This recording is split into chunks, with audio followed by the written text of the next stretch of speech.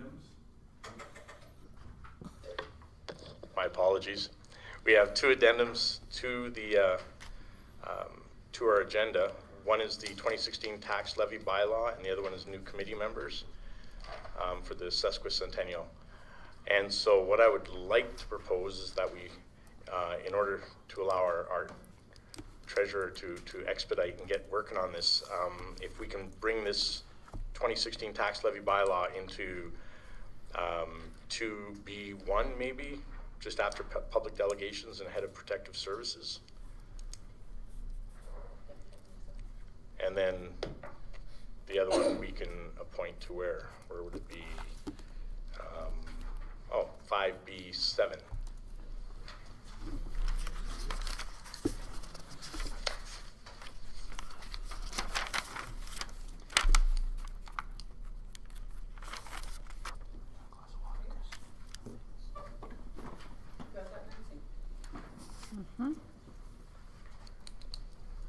Okay, all in favor?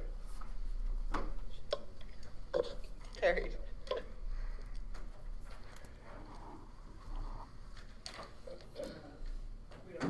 We don't have scheduled delegations, Brian?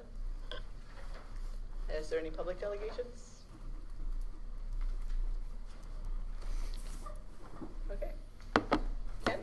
No. What? There's no, we just asked if there's any delegations. Did you want to talk, Can I Ken? say something? Do you have Yeah, something to say? No? Oh, you do? Sure. Give me a finger, I wonder what's going on. No, that was the welcoming finger, not the other one. I like sitting up there. That's your spot, Ken. Welcome, Mr. Murdoch. Thank you. What do you want? So Mr. Murdoch is going to be taking care of the campsite just east of town. And so he has some ideas that he'd like to bring up so that we can be aware of them as we're into budget deliberations and sesquicentennial celebrations and all those things. So Mr. Oh, I didn't know I was, I'm prepared, but not that long. You want that? I didn't even get a chance to talk to these I guys. knew you'd be prepared. No, I wasn't, I didn't even talk to these guys. But, been looking around that park for the last few days. That's the reason I had to leave the committee. You do have committees, unlike normal, you have to. Turn me on. There you go. Shut up. But I've been driving around there looking at that place, and I'm looking at it, you know, they're thinking they're gonna put a bunch of money in there the first of the year. And they're in there today cleaning up and making it look like 100% better. And that is such a Walmart greeting place for the town. Eh? And everybody that has found out that there's gonna be something happening this year, they're all excited. Everybody's excited. From the young to the old, eh? Because they've all kind of had a piece of that park in their heart for a long time, including Native people, or whatever you call it, like First Nations, and a lot of the people who've been in town for decades too have memories there, and they've gone there and had birthdays, and they've had anniversaries and stuff like that, and got drunk and done other stupid things too. And then I thought to myself, well, I should have talked to these guys. But I'm thinking there's this place here, and really what it needs just to build the thing, it needs a foundation, eh? And you can't do anything with it unless you got that. So it's been driving me crazy thinking about it, and they're starting to do the stuff that's in there now. But I guess I'm pushing the envelope even being here, you know, because I've only been working there a week. And I've been there every day, sitting there watching and planning and looking at different ways to do this. You could make a botanical garden in there so easy with the hospital, eh? And hook it in there over top of that creek. You could have a walkway, and the whole, almost the whole east end could be, you know, like Dave's or Quick Stop or whatever you want to call it, eh? Where you could just drive in, drive on the grass, have some picnic tables sitting there, and you don't have to spend any money, just picnic tables. And then you got that settled, eh? And I started thinking, you know, what if there's money around? I got $40 in my pocket. And you never get anywhere without pushing the envelope. And I thought, geez, if there's any way that the sewer water power could go in, and now on the west side of the park, you gotta come up and look. If you've never been there and you've never seen what's going on, these guys have all spent a lot of time there and burned. But there's 17 lots on the west end only, eh? That I kinda mapped out. Like camp lots. Yeah. Pardon? Like camping lots. Yeah. Where the extra, there's 13, but you can come up with 4 if that shack is moved, eh? And I got a spot to put a new one if you wanted to rent out a spot for picnics or for family stuff or that kind of thing over by the creek. It's all in here, but I should have written it all down here. But, if there's any possible way that could be done this year, you got your basement. Everything else is all on the surface. It all can be built, and you're ready for the Sexy Central or whatever it is that committee I was on. Sorry. Eh? Is that silly? And I don't know why I'm here in front of you. I should have talked to these guys. This is good. I'm glad I came. I'm really glad I came. Now it's out, and whether I get it or not, or whether you guys get it or not. There's 17 that where the lot is that set, if that shack is moved, gone, knocked down because it needs a new roof and everything. But there's 4 beautiful grass lots right there, and they're huge pull flues. You go along the front fence, head west, pull right in, and you could put your water, sewer, power right there on those 4 lots. So that's your beginning. From there, you can build your park from there, and that's a good spot to start. You don't have to make the roads there. You just have to put in the services. Sounds like there might be an opportunity to take a look at it. Yeah, and if you do it, you've got good time. There's a guy sitting in there right now, and he talked to the boss here on the phone about staying in a park. Didn't mention any other parks. I got him in there. Terry come over, and then he come over, and I got him parked there. And there's a guy, even at the low rates, 8 per month, that's a $3,000 touch, one trailer, if he stays the summer, which he's planning on doing. And if there's some way we can work around to keep him there, that's a lot of money. That's more than what you took in last year, and that's just one trailer. And he's a good guy. He's working for the, I got to tell these stories because people don't hear them unless he's going to work for the county for the whole summer. His wife and kids are going to come up. They're going to peruse around, see if they like the area. They might stay forever. Eh? If he likes it, he's going to buy a place here and stay here. So that all ties into this little Walmart greeter thing in that park, eh? Exactly. Yeah. Him and I talked for about an hour about all kinds of stuff. He says, is there anybody else I can talk to because you're an idiot? And I said, well, yeah. But I haven't even collected any money off him. That's just another PR thing. You know, if he doesn't like it there, eventually, because right now his breaker is popping. He's got a big trailer, beautiful trailer. His breaker's popping, which I think now I know there's 30 amp in the ground. Maybe change the breaker, stuff like that I'm learning today. The water can be turned on for him, and we can suck hold of him until, get 10 of them in there for the summer, and you got some good money. And there's not much to do if you don't want to, other than that, this year, other than mooching some flags and cutting down some trees and tidying up for this year. Next year, you got that, everybody coming by there if you want to throw some more. You said there is money for that kind of thing. One time you said for campgrounds. I wrote a thing out. You talk about, I'm going to take up your whole meeting here if you don't shut me up. I got, oh, I'm not even talking. Can you hear me all right? This connectivity thing, for that little park.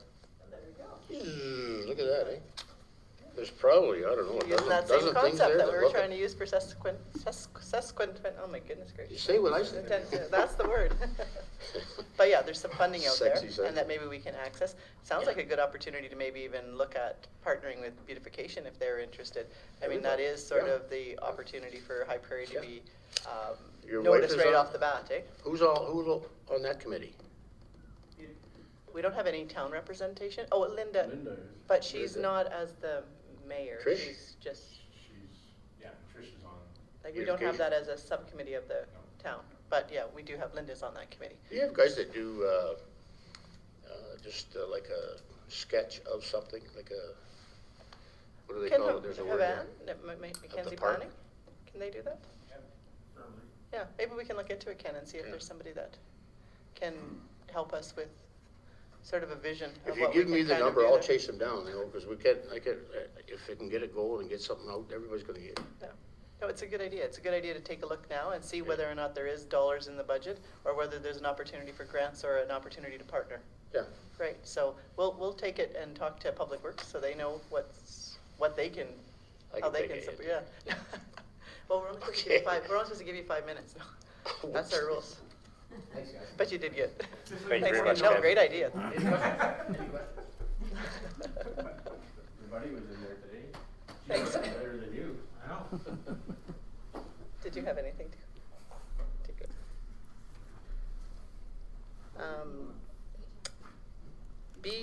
What did we say, 2B1, the tax levy bylaw, and we'll call you up, Terry. Do you want to come join us?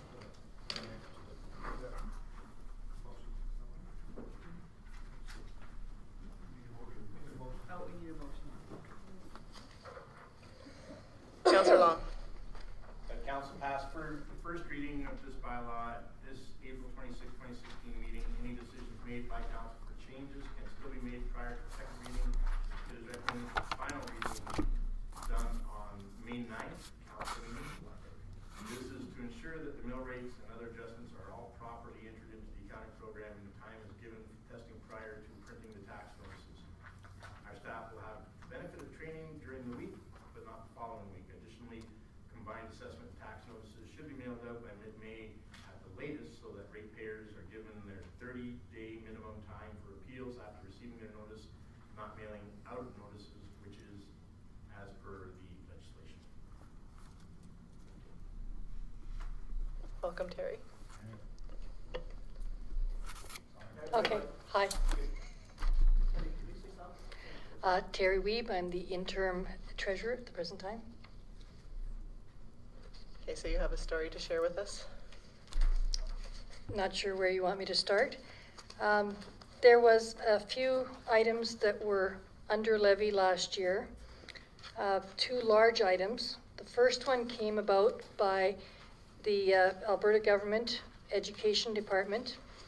They had sent out their requisition in March. They usually send out their revised assessment in March of every year. And this particular year, they sent out another huge adjustment in September. Needless to say, that was after the tax notices had already been done and sent out and everything else.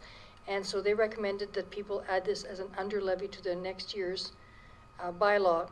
Alternatively, some municipalities could have sent out a supplementary tax notice to individuals, but the extra cost and work involved, most people declined to do so. That amounted to about $33,944 under levy for that. Secondly, there was a huge mistake made by another department of the province of Alberta, and that was the assessment branch. They sent out the linear assessment. As people usually know, the assessments are done for the residential and commercial by our own assessor, but all linear are done by the province, across the whole province, so we have no say in that matter. They usually send us the information at the end of February, so we have it in plenty of time to do the tax levy bylaw. In this particular case, they sent us a reassessment of a big mistake they made of $12 million in linear assessment, and they did that assessment, reassessment at the end of June of 2015.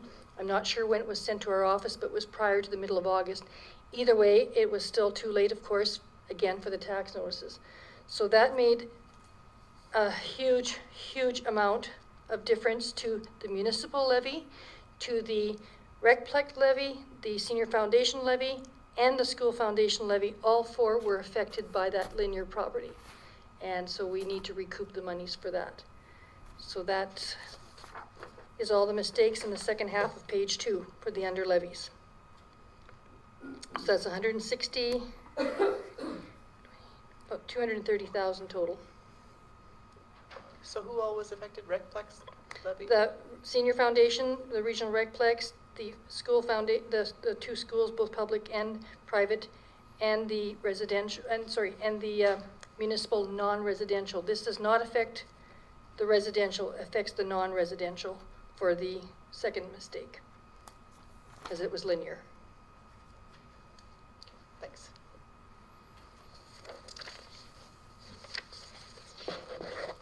The amount that was requisitioned and approved in your budget for this year was $2,959,901. That was just the municipal portion, excluding the levies. Last year was $2,822,824. My question is, before I can proceed to do any changes, as if the council wishes, is to know exactly the amount that council wishes to levy for the residents, and or if they need any changes to be made.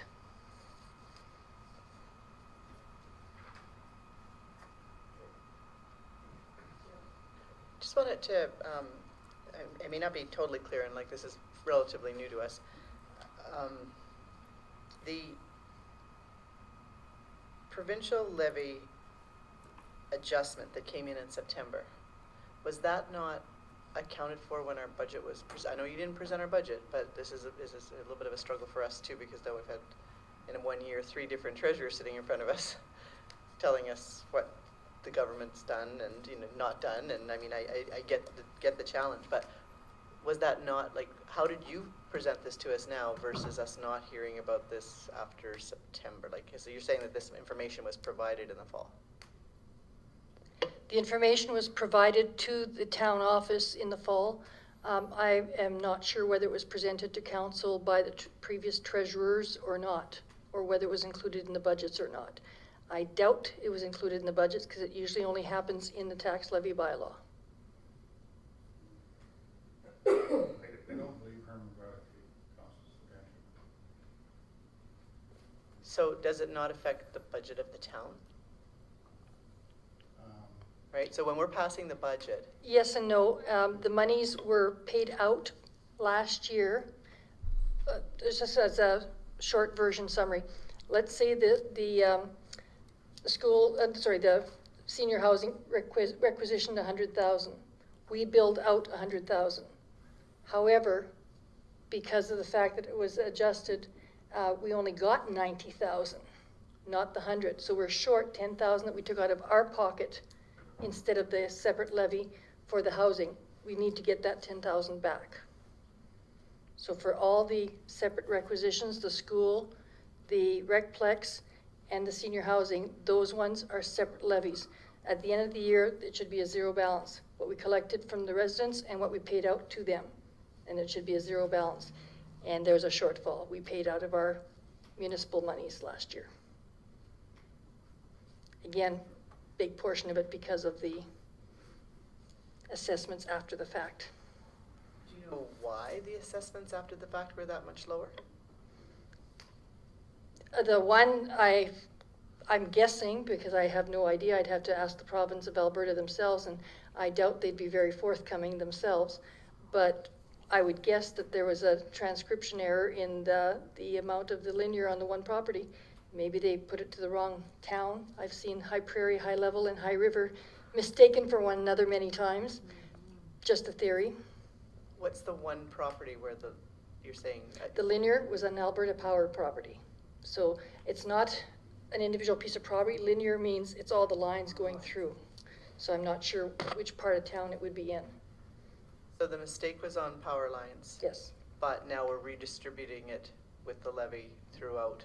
The other including the school division. non-residentials. Okay. Councilor Gilroy. I know that our last treasurer talked about a mistake being made in the education billing. Yes. Is that part of what you were talking about as well? No, these are two separate errors. So it's above and beyond the 100,000 that. But you mentioned that first, did you not? Okay. I just thought mentioned it- them both. I'm not sure which I mentioned No, she first. did. She mentioned. I was So- thinking that if it was last year, it probably would have been included in the amounts that they said we had to recoup the 100,000. I thought that might have been part of what our last treasurer was talking about.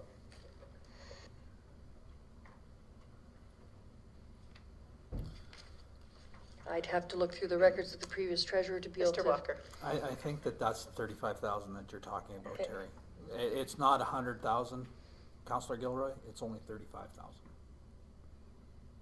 Is what Terry's found. Yes, for the education one, correct. Yes. That might be part of the overall package. We got paid out with Councillor Long? We can't, in fairness to the businesses in our community, we can't raise the mill rate on them, especially this year. It's kind of a tough year and everybody's struggling away. What can we do to make sure that we can keep that the same? The levy for the school, for the recplex, and for the seniors, unfortunately, council has no authority over those ones. Right. Those ones we have to collect. There's no ifs, ands, or buts on those portions. The municipal portion is up to council. If they want to give a break to the businesses, if they want to tax them, that is totally up to council. So then we could waive that 160,000 of the municipal non-residential. That The under portion, levy? yes, you could, We could waive that, correct. and then that would bring us down. Now, one of the other options was that we could take a portion of the sewer, water, and roads, and take that from the reserves and bring it down as well, so that we can keep the Whatever mill rate council, at. whatever council wishes. Are you saying take from reserves or not put in as much to reserves? Take out from the No. reserves. No, But, Vern? We wouldn't contribute the full amount that was passed in the budget. Council would have to amend that line item in the budget prior to passing the mill rate bylaw. Okay, because that's the way I understood it. We just wouldn't be contributing as As much. Okay. Mr. Mayor, sorry, Deputy Mayor, or? Nope. No, just councillor? Okay. In regards to the 160,000, the only reason that it's not a problem for you to be able to waive it if you so wish is because of the fact that last year your budget, you did show a surplus. If you had been in a deficit situation, that would not have been an option. Right. So there's really nothing we can do when the province makes huge mistakes that cause the taxpayers this much havoc. Unfortunately, not that I know of. Just doesn't seem fair at all. I mean, it's one of many things that don't seem very fair. Yet another one.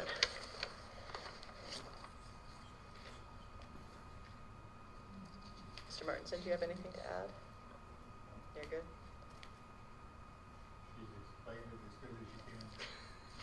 Just want to say for the record, I'm getting a little bit frustrated, and no offense at all. I appreciate, you know, you're jumping in here and having to deal with this and you know, sort of discovering maybe some issues. But it's a difficult position for us to be in and just be told from one treasurer or another treasurer or what they found out. And I'm seeing now that it seems to have a lot to do with maybe how the information's coming out from the government, and there's a real lack of communication, as well as obviously some delays. Like they expect us to work with old information and then backtrack, because they, you know, we're always dealing with like money that we owe from money we haven't collected because they didn't give us the right information. So I'm struggling with the process without having any other accountability measures. So have you worked with other municipalities? Yes, numerous. And so within that, I know I met with the president of the college, and I asked her about their finances and how they sort of dealt with not so much this type of situation. It was actually pre-this, but sort of the accountability aspect of budgets being presented and dealing with a board and the information coming down the pipe and then getting different information. And they actually have a separate assessment that the board gets an auditor to audit the books before they approve them. Now, is that at all a process? Like, this council is relatively new to council. So we've only sort of followed what And I mean, we have a new CAO as well, so everybody's sort of new, but there doesn't seem to be any process in place besides you come here and tell us something, and we just had Herman coming here and sort of giving us a budget as well and explaining what happened, and there was some mistakes that he had to explain as well. So where is the catch-all? Like, so we can sort of see, maybe this wouldn't happen if we had yet another, like I know we have an auditor that comes in and tells us afterwards that our accounting system is in good sound order, and nobody, we followed the municipal affairs guidelines, but nobody that comes in and says, catches the sort of the mistakes before we're putting out fires. In other municipalities I've worked in, what we try to do is once a month, a financial statement is presented to council. And then if anything out of the ordinary comes up, it's also mentioned. So council is aware on a month-to-month basis of everything throughout the year. So there are no surprises by the time the end of the year comes about or the audit. So this would have been found out in a month-to-month statement?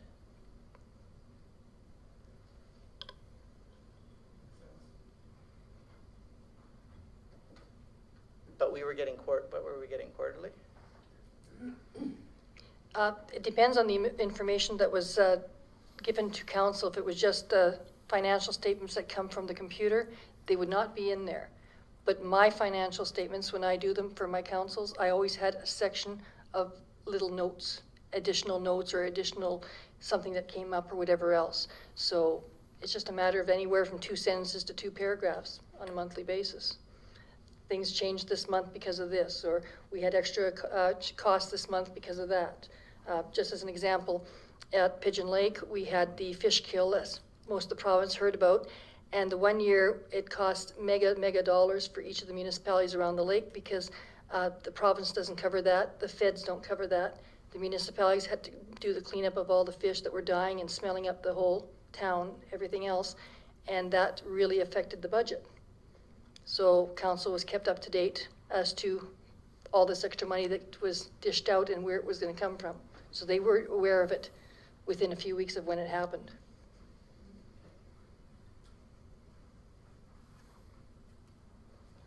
Any other comments, Councillor Long or Councillor Danaka? I just want to, I do agree with what you're saying. It seems like when it gets to the budget and other things, we always seem to be behind the 8 ball because there's always something new that has come up and we're trying to scramble because it's something that we weren't aware of prior to. And so we're, sitting here with like the deer in the headlight look going, well, where'd that come from and what are we going to do now? And that's sort of been a perpetual thing over our first 2 years and now this one. And it is very frustrating because you think you're doing, well to keep things low, and then you get hit with this. Not that that was anybody's fault other than the government's, but so I don't know if the monthly thing is something that we really need to look at to have, a monthly update for the finances so these kinds of things don't kind of come out and hit us from left field because it's not something that we're aware of. May help us when we have to do budgets, financial things, or planning for something, and when we realize that, we have this change happened, or we had to put out X amount of dollars because something broke and it wasn't funded or whatever. I think that might help us in the long run to kind of be a little bit above the ball instead of behind it all the time. Councillor Long? So I guess my question is to our CAO, as we've had our discussion in with Mr. Walker,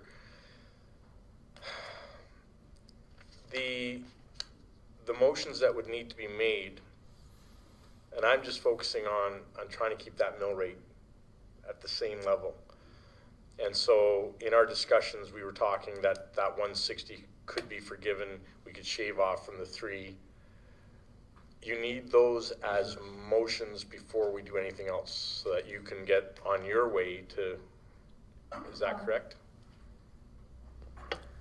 The first thing I'd like to point out is that the mill rate last year, because of that $12 million error in linear, the mill rate for non-residential last year should have been 15 for just the municipal portion, not 13 as it shows in the bylaw. So this year, it should be 15, again, if you want to keep it the same. So it's not going up to, it's staying where it should have been in the first place. So if you look at the 2014, it probably was closer to 15 also. The motions that would be required would be yes, to 160,000. That would be one of the motions. The next motion would be whether you want to keep the mill rate the same or the dollar amount the same. The two are not necessarily the same.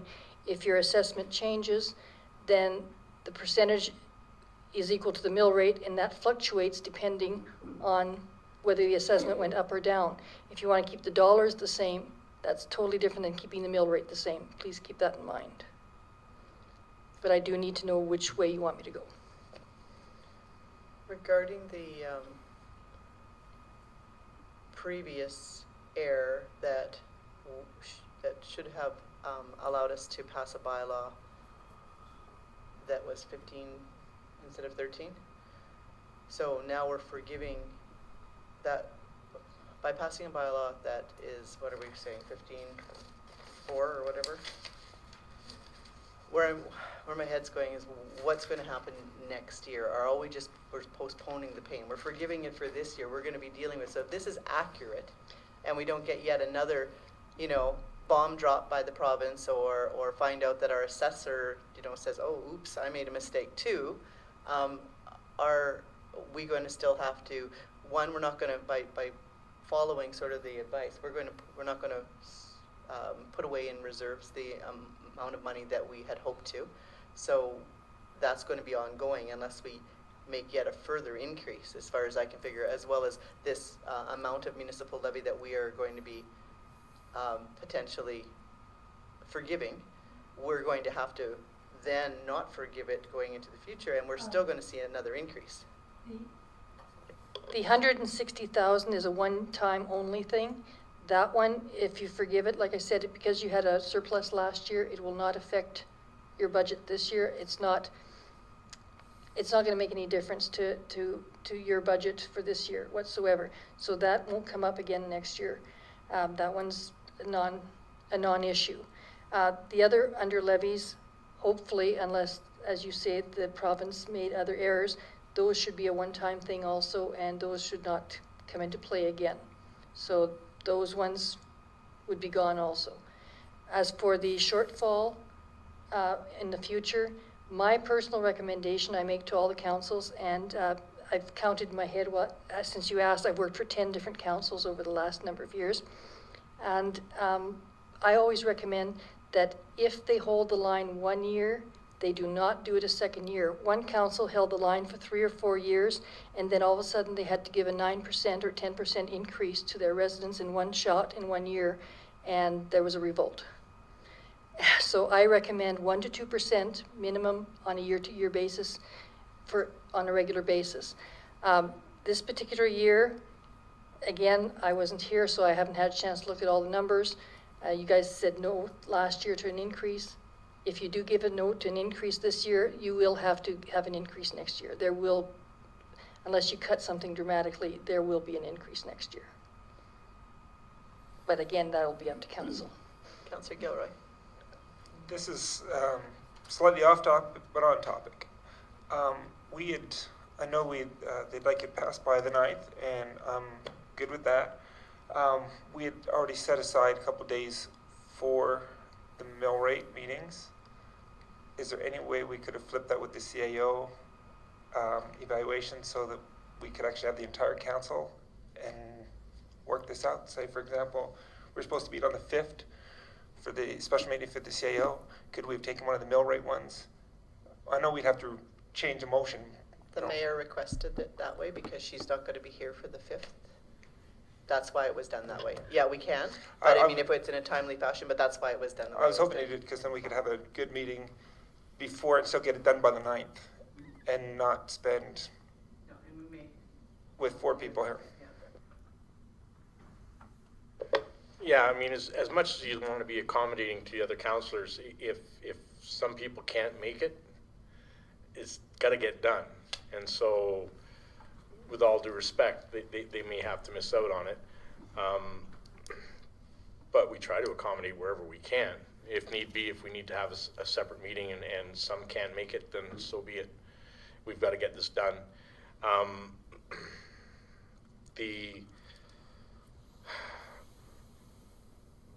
If we were to take 33,000 from each, so that we'll round it to 100,000, plus we forgive the 160, that's all that would be required to keep things for this year, correct? Just So keep, that's an increase. to keep our mill rate at the same level. The 160 does not affect this year's mill rate as the mill rate itself. It's No, that- considered as part of that- the under levy. That would be the under levy. Yes, so that would not affect the shortfall whatsoever. So if we take from our reserves and we take that 100,000 out, it would be a minimal amount of impact on our services. Mr. Walker? That their number was just a number that we threw out. Yep. We don't know exactly. Terry would have to do the calculations to find out exactly what that number is. What number are you talking about? What we may, Reduce the reserves by. contribution to reserves. And that depends on either the amount you want collected for the municipal portion dollar-wise, or if you want to go with the mill rate. That'll make the difference, and then I'll have a dollar amount, and that's the calculation as Mr. Walker says, I have to calculate, but I need those decisions from council first. Okay. So what numbers are we working with if we're talking a dollar amount? Where are we? If you want to go with the same municipal portion as last year, it's 2,822,824 instead of the 2,959,901. If you want to keep it the same dollar amounts. So the same dollar amounts as the 2,822, Yes. and the proposed increase, is the 295. What the budget that you guys approved prior to my coming was 2,959,901, and that was the amount that my predecessor had presented as the budget, and that was what was approved by council. But if you want to hold the line for dollar amounts the same as last year, you would have to revert to the 2822 that you had last year.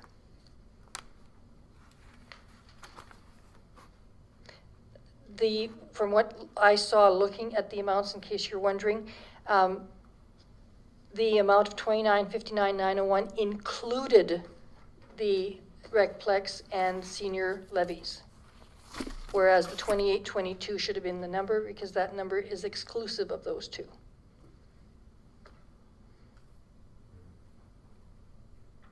And that's the number that you're basing your mill rate on, not with the levies. The levies are a separate issue. And the difference of the 137 is what we're talking about, not funding reserve? Correct. 137,077. Mr. Walker? But we also have an increase in MSI operating of roughly $44,000. So if you take 44 off of there, then you're looking at about 95,000 not being contributed. Now, where do you think that puts us as far as funding the reserves? Like, how do you feel about that? Well- So that's a one-year thing and not an ongoing? 1 year thing. Well, we've never put money away for reserves. It was always, if we had a surplus at the end of the year, it was put into accumulated surplus under the former treasurer. Now, with what Herman did, he allocated certain amounts to those reserves and put them all back in place, which that's what should have happened all along. Based upon the 90,000, yes, I'm comfortable with reducing each one by $33,000. We'd still be putting away almost $200,000 in water, $150,000 in sewer, and about $170,000 in roads. And that doesn't affect the fire reserve, the equipment reserve, bylaw reserve. It's just those three. Those are the three big ones we were putting money away towards. Also, if we end up with a cooler year, some of that money could be allocated at the end of the year through the gas rate increase too. Like, you'd be making more money on gas if it's a colder year. So I would be comfortable reducing those by that amount. Terry? Just so you know, I think I mentioned this to Vern and Brian a few years back when I was here before, but this council probably does not know this. When the capital asset program was done, now you guys have probably heard about the tangible capital assets. Okay, when that was done, the accountants of the country, and of course for CICA and everything, they decided to do this in 3 steps. They didn't advertise step 2 and step 3 to councils. They had enough of a trouble trying to push step 1 through. Step 1 was to have an inventory of everything and to start using depreciation as they do in the public sector, in the private sector. Now, step 2 is to start putting that money aside, the depreciation amount aside, to rebuy, repurchase, whatever you need to for those amounts. So if you have not put money aside up until now, it's not a good idea not to put money aside, but you're not far behind compared to a lot of other municipalities. It's recommended, but it hasn't been pushed forward very strongly yet. So as long as you're putting something aside, you're still doing better than a lot of municipalities. So if you've been in 10 or 11 different municipalities, how many of them do you feel are actually funding their depreciation? Or The ones that I worked for, I pushed strong enough, they started doing it.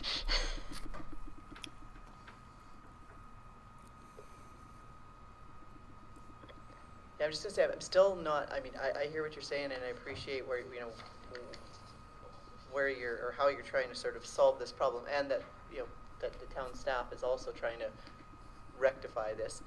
I still am uncomfortable with the fact that this information should have been available sooner. We shouldn't have been sitting here now looking at it. And I still would like the idea, I would like council to consider that we should, who's our auditor? It was Fletcher Mudrick, it was Carrie. Who is it now? Like Hawkins is up in Dumont. Pardon? Hawkins, Ebbett, and Dumont, and I believe their management letter will be coming along with the audit. I've already spoken to the auditors somewhat, and there are a few changes that are coming down, and the CAO and council will be aware of those changes when they give their full report.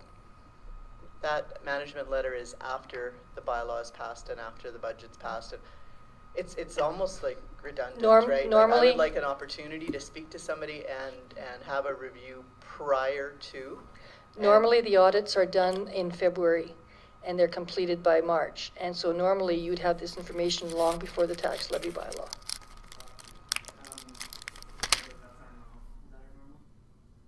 Again, we're a 2-year council. It's supposed to be. Okay, well, you know, and maybe that's going forward, but I do think that I'd like our council to consider that we should be getting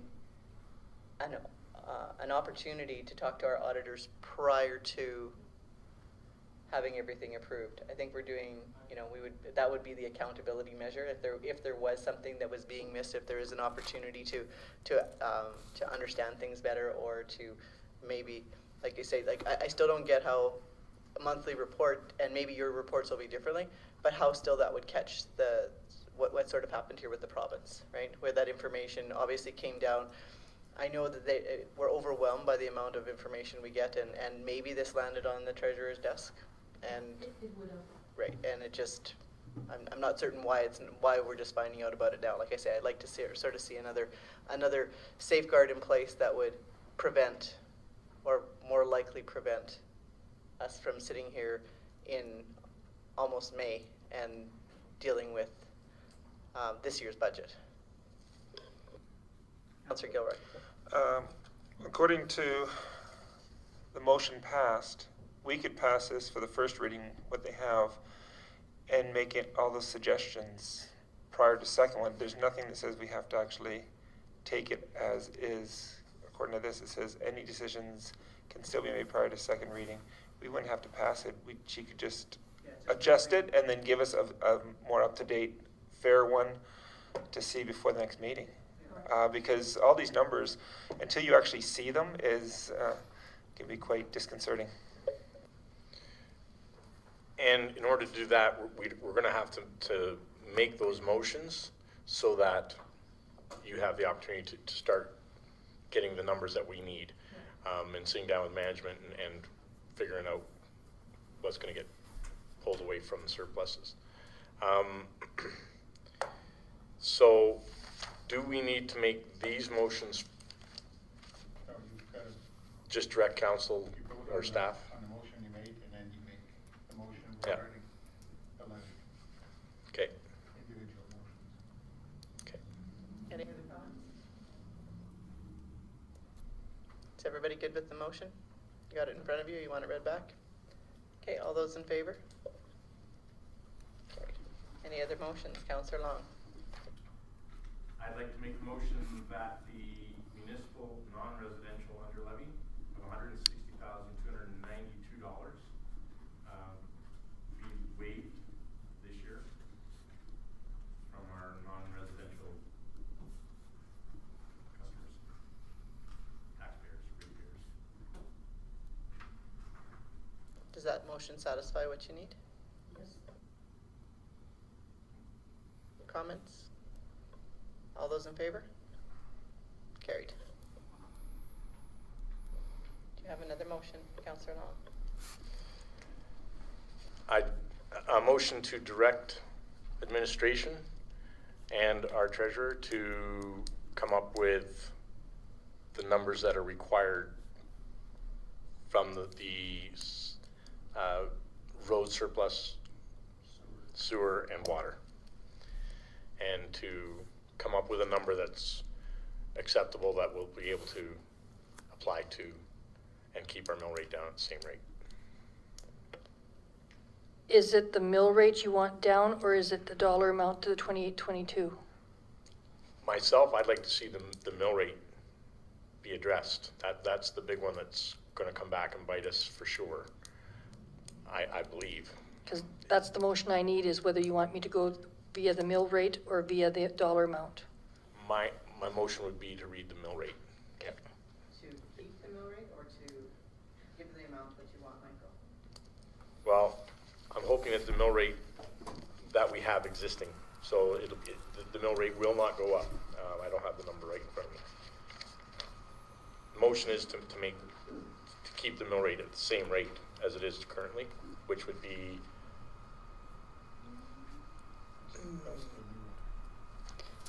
the, But there's the old one on there too. yeah, the two, but, so the 2,822,824, that's the dollar amount. Where's the mill rate you have written down? I'm sorry, everybody. Right, So non-residential. there we mill go. rates. Hit me in the face. So the 2015 assessed value, which shows us here at 13.34, but that's, that was the error, so. But it should have been 15. Yeah. It'll be an increase regardless. I can do it for 15. Sounds like a bidding war. Yeah. And in your motion, make sure it's the municipal Portion. portion of the mill rate, because Correct. the school requisition is beyond our control. So, Okay, so municipal portion. yes. That's 15 for It's only for two, or it's only one, to investigate, I, right?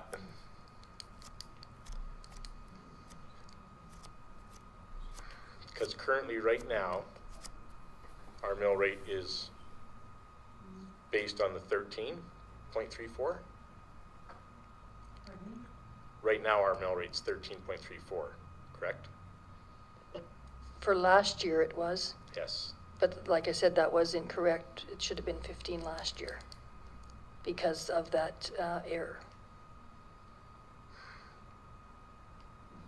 But if we take the mill rate to 15.82, that's still an increase on the mill rate. Technically, it's the same as last year, what it should have been last year. What it should have been. And But so it's not an increase, and if you leave it at the 13.84, you will have an ongoing problem with the shortfall. yes, but I'd rather see, as we see oil go up, as we see the economy start to turn around again, that'll give our business people a chance to get over this hurdle. And if if we raise that up to the 15.82, which isn't really a raise, I get it, but it's still going to have an impact on their taxes. If I don't have the 2014 in front of me, but if I recall, in 2014, it was at 14.8 or 14, it was almost the 15, and that's what it should have stayed in 2015. So they had a decrease last year, just so you're aware. I'll do whatever you say, but just so you're aware. See, that's the problem. That was our intention, was to try to proceed and decrease taxes based on looking at provincial averages and seeing where our taxpayers were fitting in, right? And that's why it was reduced. And now, it may have been that council put so much pressure on treasurers that things got forgotten and they were able to reduce them based on not providing all the information. Like, I'm not, like I say, this is where I'm feeling like I'm not very comfortable with, oh, this just comes out now and this comes out. Because yes, and I know we've sat here and we've given them a hard time saying we really need to see how can you reduce it. It's obviously easy to reduce it if we don't provide all the information, right? So I hear what Michael's saying, but I mean, all the numbers that you provided to us tonight and how you feel like you can control your reserves is based on a 15.41 mill rate, not on a 13, right? We'd have to relook at that whole.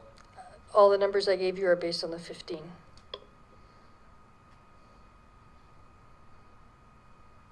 Mr. Martinson. Did you want the treasurer to bring back two scenarios on bring it back on the dollar amount and then we'll see where we're at. Then you can see where you're at and council can make their decision then. That can be done. Okay. Yeah. You got that, Nancy? No. Councillor Long. I don't even know where the motion's going now. So, but basically what we're going to do is the motion's going to read, or do we have to have that in the motion, or can we have that just as a direction? It could be a direction. It's a direction. Yeah, we can do it that way. So, That could be a direction. The 160 had to be moved. The 160 had to be a motion, but the direction for this, it could be just a direction. done. So then the motion is then the $160,000 under levy. You've got that one. So that one's done. So this is just a direction to, so we're good. Okay. Okay.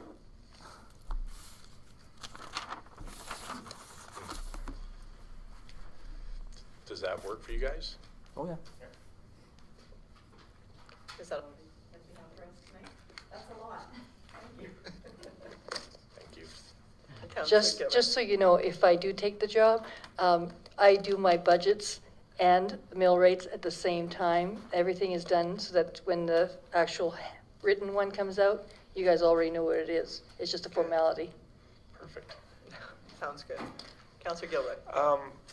My one question is, if you want us to pass it at the next meeting, should we have a date to sort of have this ahead of time to look it over? Did you want to change that CAO meeting? Is that where you're going? I'm still thinking that that's either that or tag both on. Like if there's any way of making a longer meeting, but having both in the same day, something that would make sure that we equip her for the times that she wants. I want to keep the time frame fair to everybody, but at the same time, we all agreed upon, or as much as possible for the 5th, that we'd be there, so we'd have maximum attendance as well. How do you feel, Mr. Martinson?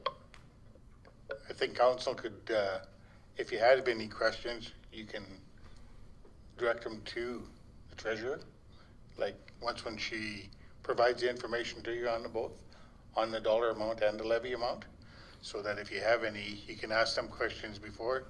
So at the time of the meeting, you should have all your answers to your questions, and it should be just a matter of a small discussion and voting on passing the second and third reading. Do we just have the one date then?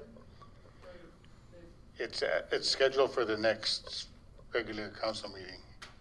And then I think the first meeting for the budget was, The 16th. Mill rate is 16th and 19th. yeah, yeah. So we have 2 dates for that. And Yep. those are past the date that they wanted mill rate, which is the 10th. Yep. Next meeting. I'm confused. I'm not, well, I am and I'm not. So I know we've got those dates, and you want the bylaw passed before we're having, so why are we You won't have them. okay, then I tend to agree with Councillor Gilroy that we probably should, I hear what you're saying, Brian, but to have every one of them coming in and sitting down, and, you know, you're gonna have to do it one by one versus us having a meeting and, you know, and everybody being present. What do you guys think? I've got a budget meeting on April.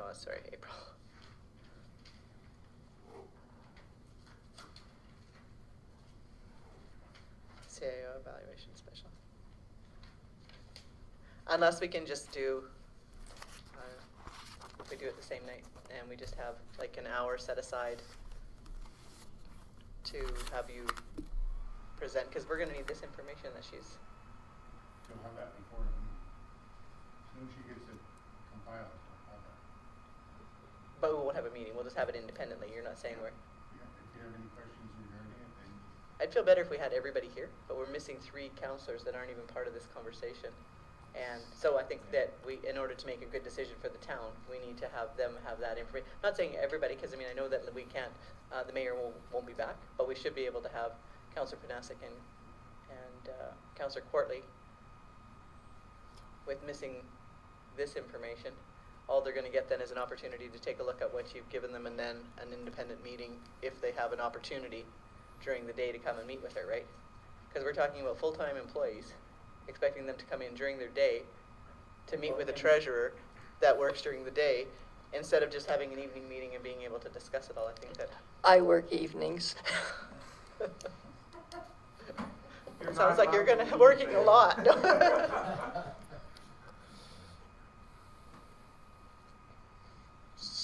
Where are we at? Do you have an opinion? So you're putting out, we have the 5th as a CAO evaluation special meeting. So you're contemplating having what the treasurer has compiled based on our motion and our direction ahead of that meeting with that the CAO evaluation meeting. Yes? Okay. And then just switching the dates for the CAO evaluation and the mill rate meeting that we have that we're not going to have now. Right? Because we Is have that what you're saying? Because we have 2 mill rate meetings set for the 16th and the 19th. So basically those are now defunct, right? All right. But before, do we want to make a mill rate meeting on the 5th and change the CAO meeting till the 16th? Just switch the dates that we already have in our schedule. Or switch the meetings. Councillor Gilroy. 2 quick things. How long do you think, because I kind of like that you sort of alluded to it, how long would it take, do you think, for you to present the stuff we've just given you at a meeting? Would an hour be sufficient?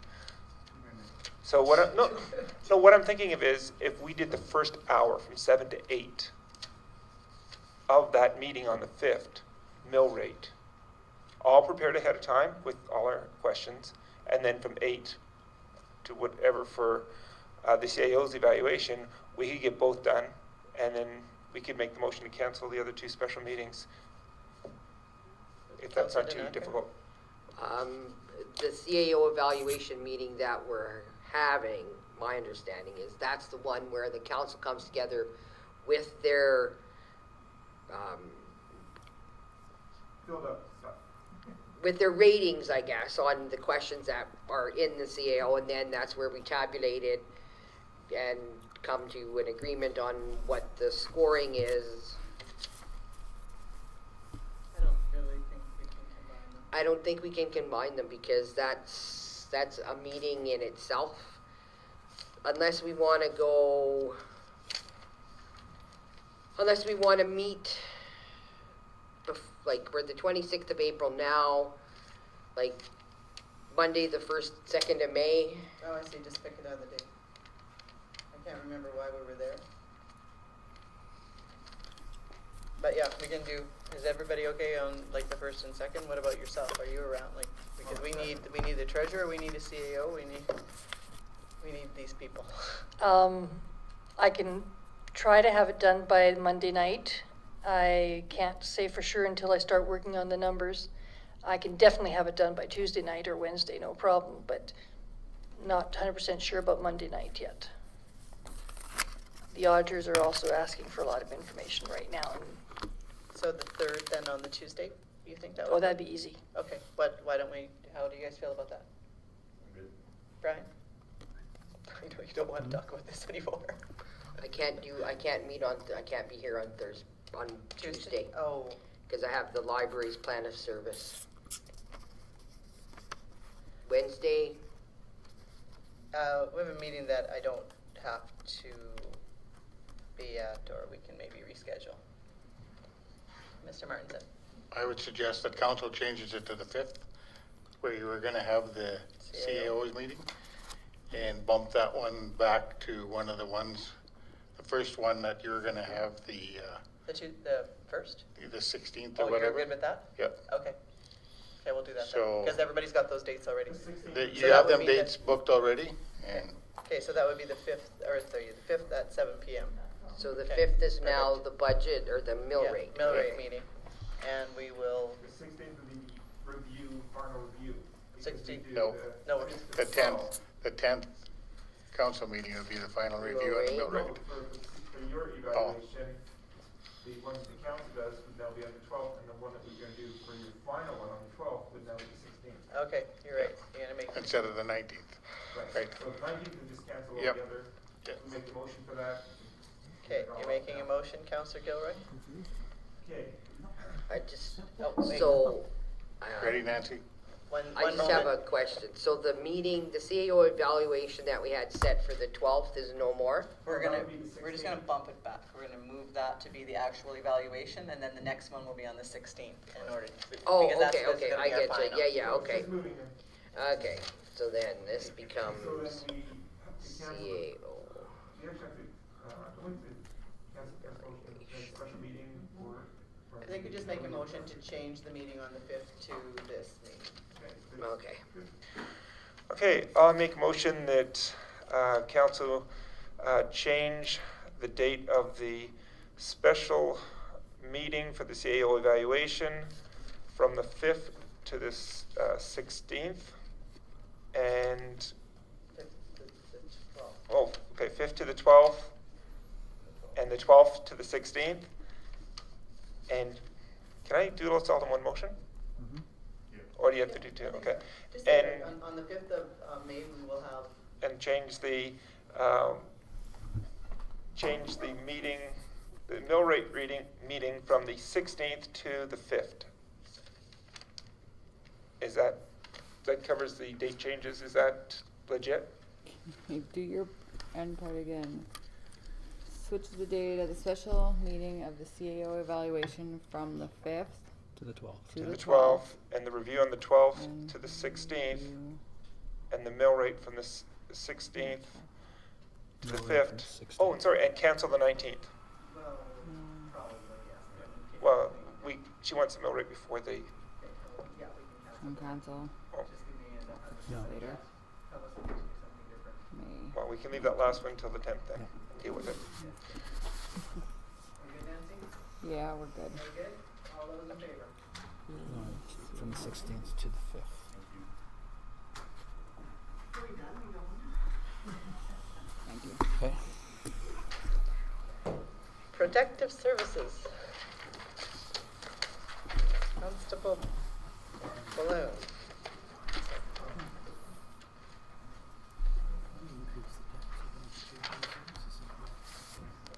We have a motion. Councillor Danaka.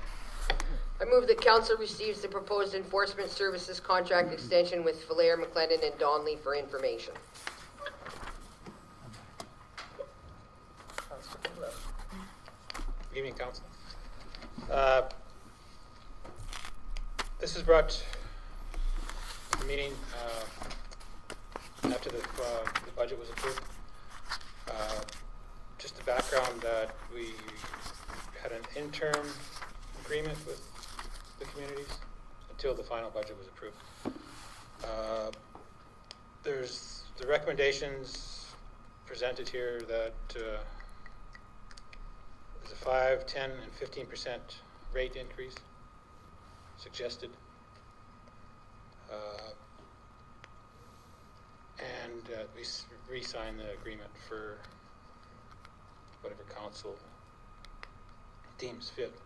I'm recommending that I also included a 3-year term along with the 1 year.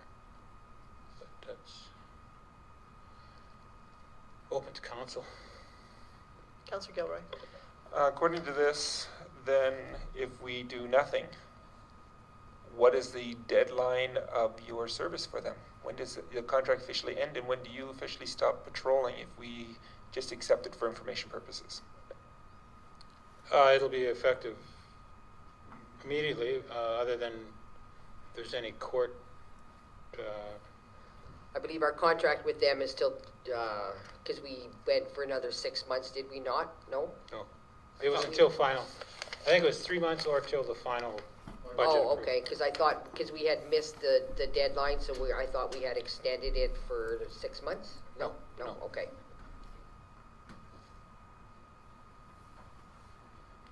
In the information that you provided us, what was the amount of the previous contract? I know when we originally came in, we talked about the hourly wage and the price of the vehicle.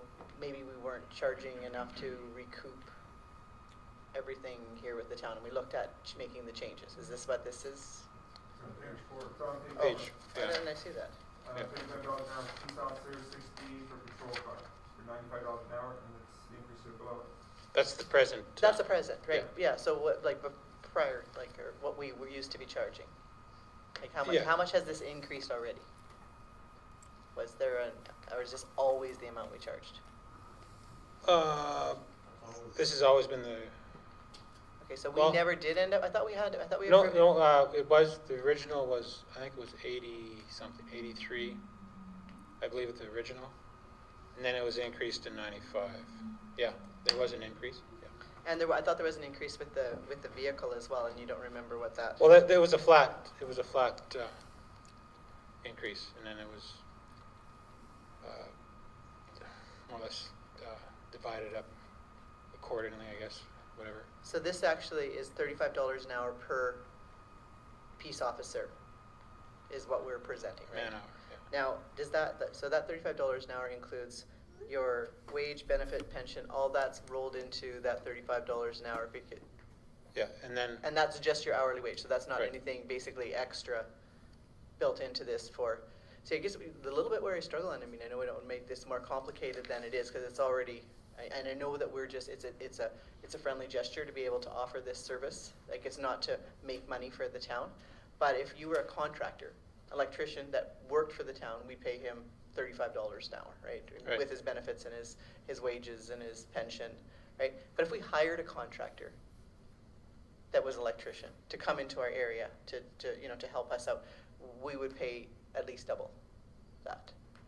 And I'm wondering if we should be looking at this more like a contract service. We're hiring out our services as a peace officer to other communities. There's more cost. The reason why the contractors charge more is because there's more costs associated with that, right? More wear and tear. You're traveling further. You're going. You're bringing your. There's an opportunity to where a community doesn't have somebody in while you guys are doing, or is there always somebody on duty? Yeah. So it's. Yeah. Right, so we don't have that issue, eh?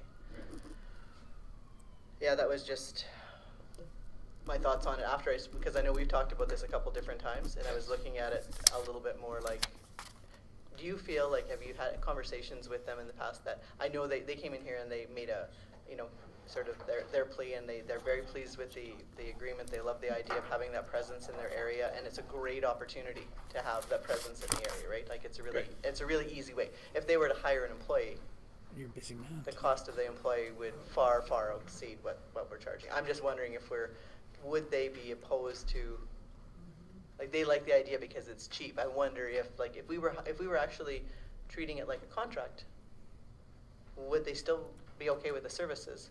Because that may be something to consider.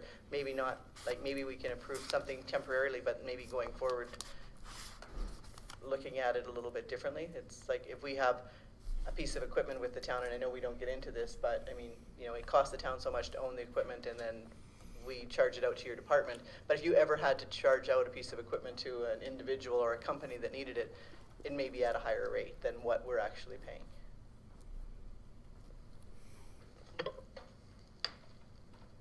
Well, this is a standard thing, like for other municipalities.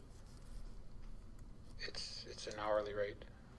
Other than, I'm not sure if anybody has a contract. So you need But- another municipality that's offering services to, like you are to Yeah. Yeah, it's based on an hourly rate. So like another community like Peace River is receiving, not Peace River, but say like where would be your example? Grand Prairie County does surrounding hamlets and communities there, like Beaver Lodge. They used to do Beaver Lodge, Hythe, McGlass, those smaller, Sexsmith. And then this information is similar to Yeah. how they do. Yeah. Councillor Tanaka? I just have a question. So 2 8-hour shifts that you're doing now for them, and what are you doing for the MD? 20 hours a month. 20 hours a month. So 36 hours out of a week? Out of a month. Out of a month. Oh, that's out of a month? Yeah. Okay. Yeah. Okay. Personally, I would prefer to have my bylaw officer in town, enforcing our bylaws. And I mean, things are starting to pick up. That we're having issues with the skate park. I'm hearing people having issues with dogs barking and getting no resolve or no response. Continually they've phoned. Personally, again, I want my bylaw officer in town enforcing our bylaws.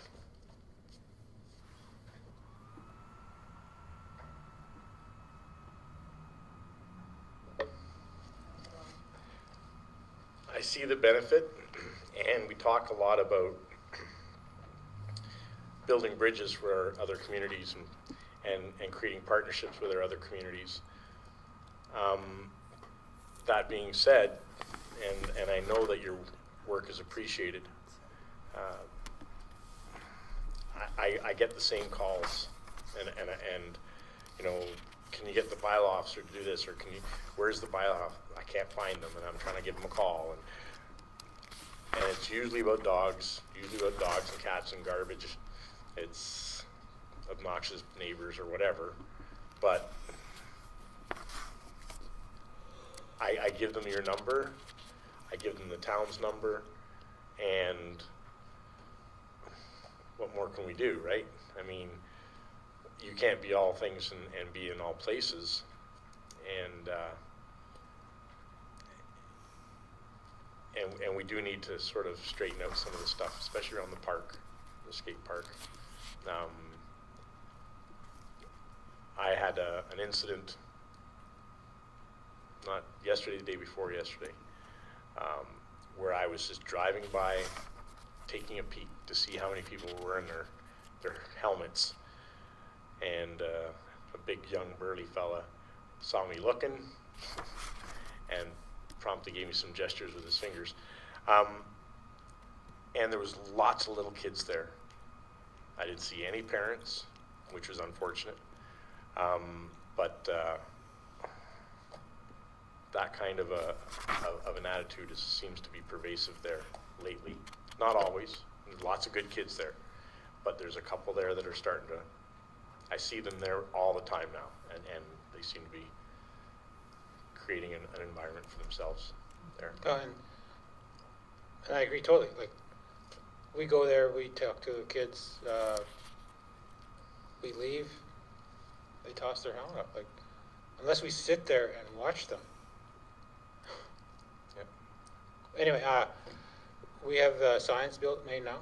We're going to be installing the signs that anybody under 18 helmets are mandatory. Outside and inside the limits? Yeah, as they walk into the gated area. And then a couple on the fence so they can see it as they're skating. Did we change the time or it says Quiet time? Quiet, instead of quiet time, does it just say that 10 to, closed, park closed? no, it's from 10 a.m. or 10 p.m. to 7 a.m. It's still gonna say quiet time? Yep. So you do realize that that doesn't mean to a 17-year-old that I'm not allowed to go in there? Well, Because there's our other- bylaw is under 18, they're not supposed to. well, there's a curfew. Curfew, right. Like the curfew bylaw, I'm thinking that that's not clear on if we just call it quiet time. Well, we installed the quiet time based on the residents there, that the park, so it's two different things, basically. yes, yeah. Unless you want it closed, we can close it, like, I don't know. I think if it's becoming that much of a problem, the majority of your users are going to be under 18, and most of them are breaking our curfew bylaw. Well, by to be honest, being in there past curfew. be honest, I haven't seen anything past midnight, even 11 o'clock, And our curfew is midnight. 10, it's 10. No, it's midnight. It's quiet time, it's 10. That's how we're getting mixed up. Okay, I thought it was actually Yeah. curfew. No. Councillor Gilroy. In all fairness to, this is more of a question to the other councillors. If we discontinue our relationship with these three towns, as our peace officers are also contracted to the counties, are we going to be canceling their contracts so that we can keep our peace officers in town? And I try not to be sarcastic, but the other question is, if we are going to not renew this contract, I think it's only fair that we probably give them a little bit of notice, as opposed to what we're looking at now, where the peace officer said that we would be stopping service almost immediately. I think we need to be fair and give them at least 6 months, something like that, to let them know that they get to find an alternative. I actually don't think we should stop the service. I think that it's only 16 hours a month. I mean, total it's 36, 20 of them are to the county. I think the 16 hours isn't going to make that much of a difference. I would love to see that we are able to deal with some of the bylaw issues, and I know that it's a struggle. I mean, I wouldn't want your job trying to keep the helmets on those kids at the skate park, but I mean, it is a challenge. I don't know that 18 or 16 hours is going to make all the difference in the world.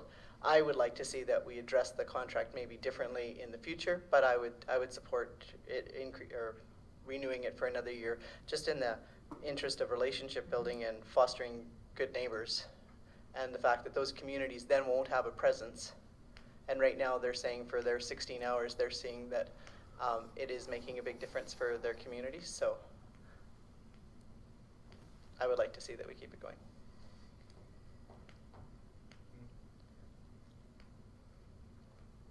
Any other comments? Just one point of clarification. Did you say that that both you and our other peace officer work at the same time for those 8 hours, so that there's no sacrifice in our having a peace officer here? That's correct, yeah. Okay, so.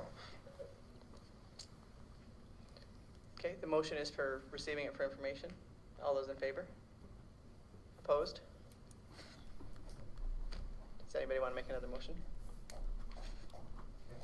Councillor Gilroy? I make the motion that council advises administration to have a 1-year service agreement signed between the town of High Prairie and Falher, McLennan, and Donnelly, along with a 10% rate increase. Questions, comments? All those in favor? Opposed? Carried.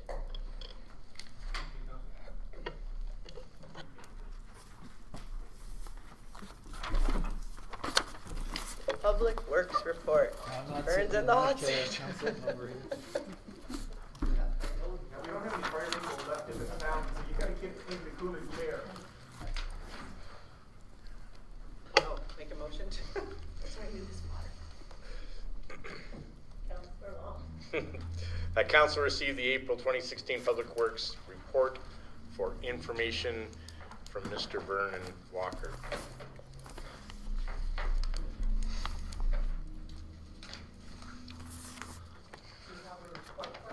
Walker? Yes, I do. Basically, the report is self-explanatory. It's just been basically spring cleanup. The summer students started today, and they've been picking garbage. We did hire 2 temporary equipment operators to replace the positions that we have vacant. They are temporary right now until we reassess the organization to see if they're needed full-time or not. We still have 1 vacant position that we have not filled at this time. I'll entertain any questions in regards to the report. Councillor Gilroy. Okay, on page 2 of your report, it says, still working with Alberta Environment on new approval to operate water and sewer system. Any idea of the timeline for approval? Right now, we're having issues with them recertifying our UV units. We're working with the suppliers, which is Ramtech or Trojan out of Calgary in Ontario, for them to get the information that is being required by Alberta Environment. The license to operate expires on May the 1st. They are granting us a letter of extension to operate under the existing license until they get that information, so there is no disruption in service. My question was, towards the end of your report, started a monthly water produce to build comparison that will be done monthly. I'm confused as what that means. Water produced? The water we produce out of the plant, there's a certain amount that gets lost in the system. When the auditors were here, they asked for that comparison. It was higher than what we had. So we decided we actually went out and started looking. It was about 20% that was being, and normally on a system of our age, between 13 and 15% loss, which includes fire operations and process water in the plant, is normal. We did find a leak that was leaking directly to the storm sewer, which would account for basically 1 day's operation of the water treatment plant. About 2,000 cubic meters a month was being lost there. But it didn't come to surface, but we did find it. It was down by the Nazarene Church. It leaked. Not our fault. No, it was actually, we don't know why the curb stop started to leak. It has to be a manufacturer's defect because it was leaking through the drain port and then eventually washed out a hole that would have been about the size of a 1/2-inch water line. So now what we're doing is Corey is supplying us the amount that she bills, and we're comparing what we produce so that we don't run into this issue again. Thank you. Are we concerned at all with the dry year and low water levels? The pump is pumping already. Yes, I was concerned. That was why I actually got council to rush the replacement of the one that pumped that is not here. Yeah, I'm concerned. But it takes about 90 to 110 days to refill. So we're in early. Hopefully we get flow until we're full. Would a conserve water campaign would that help at all? I don't think we're to that point yet. All it takes is a few rains in the summertime and the river continues to run. I've only, in my many years here, have only ever seen 1 year that we were afraid that it wouldn't be completely full. It was mostly full, but not completely. And then we got some rains in October, or a wet snow on the long weekend in October, and we filled up. Saw an aerial photo of the lake, Mm-hmm. and doesn't look like there's a marina that you're going to be able to get into. So I was just wondering, but yeah, that's not the issue for us, not the lake. So No. Of course, that's why the pump is in early. Normally, we don't put it in until the latter part of May. But the runoff came quickly this year, so we've got it in. It was installed last week, and it's filling as we speak.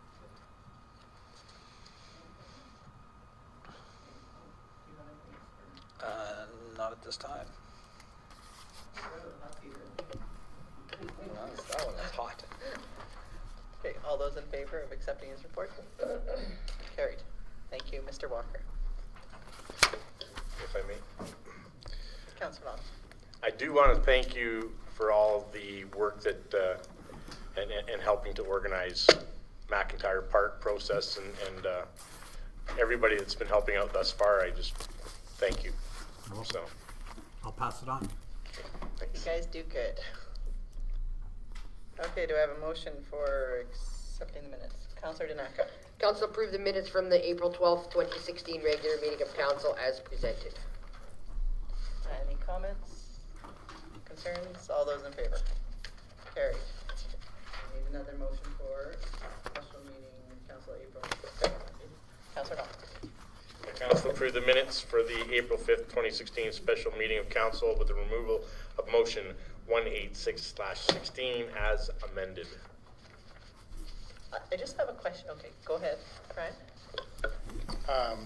Just to bring council up to the speed here on this, and it has to do with me too, I should be more diligent, but the motion wasn't voted on.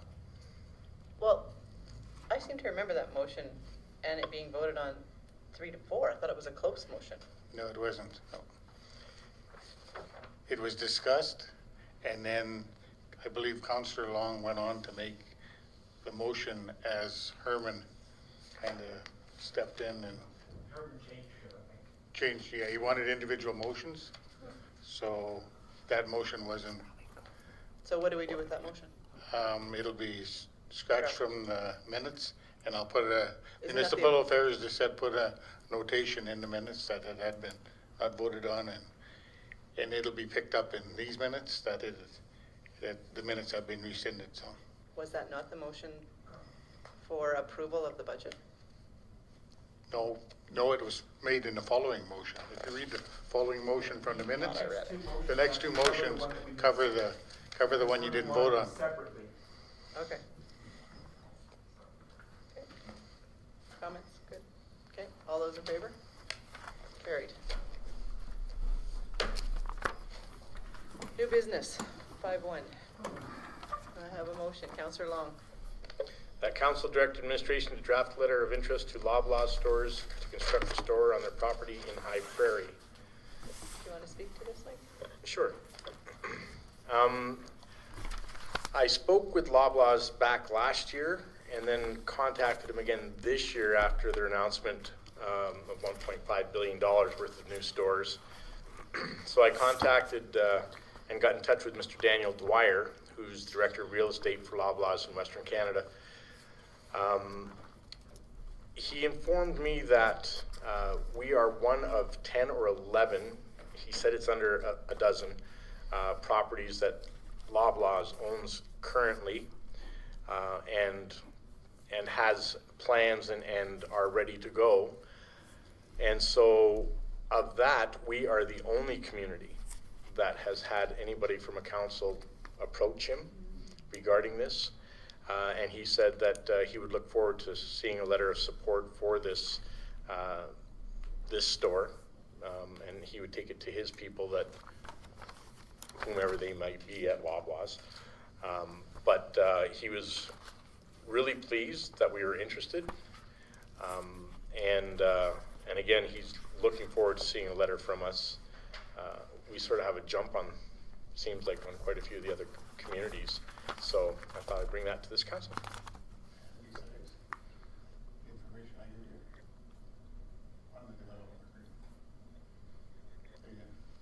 That is true. We also have a development agreement that was done back in 2005, and which puts us again ahead of quite a few other communities. And all we'd have to do basically is change the date, and we're good to go. So Brian found this in the vault by accident and brought it to my attention. So it said, "Look what I found!" So it was great, and so we've got a lot of stuff. Would there be any value in just putting that on an agenda and approving it, letting them know that their development permit is current and approved?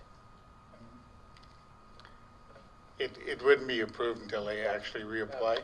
They'd have to reapply. But the site drawing and everything's there, like, so it's pretty much pre-approved by previous councils back in 2006. So we can reflect the letter to say that, We will make note of that, Okay. that they do have a signed development agreement archived in our vault, so. expediting the process for Yes. them. Councillor Danaka? I just want to kind of speak to this in the sense I mean, I'm glad that they were contacted, but it's very clear in the MGA that council can only act on resolution. And there was no, I mean, you're going to talk to somebody, I'm going to talk to somebody, you're going to talk to somebody, you're going to talk to somebody. We need to be a little bit more concrete on how we're conducting our business. Just because it's very, very clear in the MGA that council can only act by resolution. If Councillor Long had a resolution saying, yes, we give you the okay to contact them, then that's fine. But to just free-for-all contact people just because, I think we're going down a really slippery little slope that we have to be very careful. Mr. Martinson? That was brought up to me in an email from Mayor Cox, and because she had been in contact also with people from Loblaws, so we're basically double dipping here in the contacts. And again, she mentioned, I guess, the SO lot, and that we got citizens out there, Michael Smith, who is looking at spearheading that project. So I think what we'll do is probably bring it up at the next council meeting. I'll bring it back, and then on recommendations from council, motions that you can direct Councillor Long to address Loblaws and the park or whoever. In absence of having an economic development officer or an economic development committee for the town, it makes it extremely difficult. I hear what you're saying, Donna, but we miss the boat over and over again in the community. I understand where you're coming. I mean, I understand where you're coming from on that because we don't have an economic development officer. Or a committee even. Or a committee or whatever, but I just want to make sure that council or councillors don't overstep. Yeah, I hear you. Because, I mean, like you said, it's very clear in the MGA. It says council can only act by resolution. So. And I think we need a way to sort of remedy that, and maybe an economic development committee may have to, or at least put it on our agenda on a more regular basis, because we should know how each piece of land that has already somebody being contacted about, we should know the details, we should know who's doing it, and therefore we can actually even support those in the community that are already trying to pursue actions as well. Councillor Gilroy? As the email was already mentioned, I actually have it with me here. I'm not going to go into the details. In some ways I feel responsible because I saw the announcement and started the email chain suggesting that it said 2016 and they were going to do it. And of course the mayor had also said that she saw it and she was looking into it. My only question here is, since both Councillor Long and the mayor have both contacted Loblaws, I'm a little confused as to who has the authority here. Is it Daniel J., who's a Loblaws Development Calgary that the mayor has been talking to, or the one they're talking about here, Daniel Dwyer, Director of Real Estate? Who do we send the letter to, since both seem to have some sort of authority, and the mayor has been saying that she has been dealing with this particular Loblaws person for a while, but she didn't get the same message that Councillor Long got. I just want to make sure if we send a letter, we send it to the right person. That's very likely there's more than one person that they're talking to, and that's actually half of the problem. We just had that health meeting, same sort of thing. We have a group of people locally that are addressing one person from Alberta Health Services. We have counselors that are addressing the Dr. Worry. We have a number of, and they're all addressing them with the same issues, and we're not talking the right hand's not talking to the left hand. Same sort of situation here. Maybe we could have an opportunity for you and the mayor to confer and find out for sure who, or maybe both parties need to get. Yeah, CC one and just make sure. But yeah, like we want to make sure you're talking to the right person, but maybe we should do that investigation. When I made my first contact, I spoke with Patricia, I forget her last name. She was vice president, regional vice president, and she's the one that put me in contact with Daniel Dwyer, who is the director of real estate for Western Canada. So, so if there is somebody else that the mayor's talking to, then she's possibly been directed there, or through her many contacts probably found this person. But so that's where that came from. Yeah. What I appreciate is the fact that we have people, whether it is a counselor or even people in the community, because I know at least at least the rumor is that one of our potential development contracts right now was someone outside of our council went after it for a company. I appreciate the fact that we have people in High Prairie that want to see this grow. That's what I really appreciate, and the fact that in this case, Councillor Long has come back and asked permission to get a letter from here. And he has not gone beyond that to promise the sky. He's basically said, what do you need? And so, and I'm assuming that even if our people with ESSO or whoever go out and do those things, nothing can be officially done until it goes through the CAO's office. Is that right? So if the citizens want to do stuff and then bring it back to the CAO to not promise the sky, but have it put through economic development after that, I'm happy with anything that'll grow this town and provide jobs.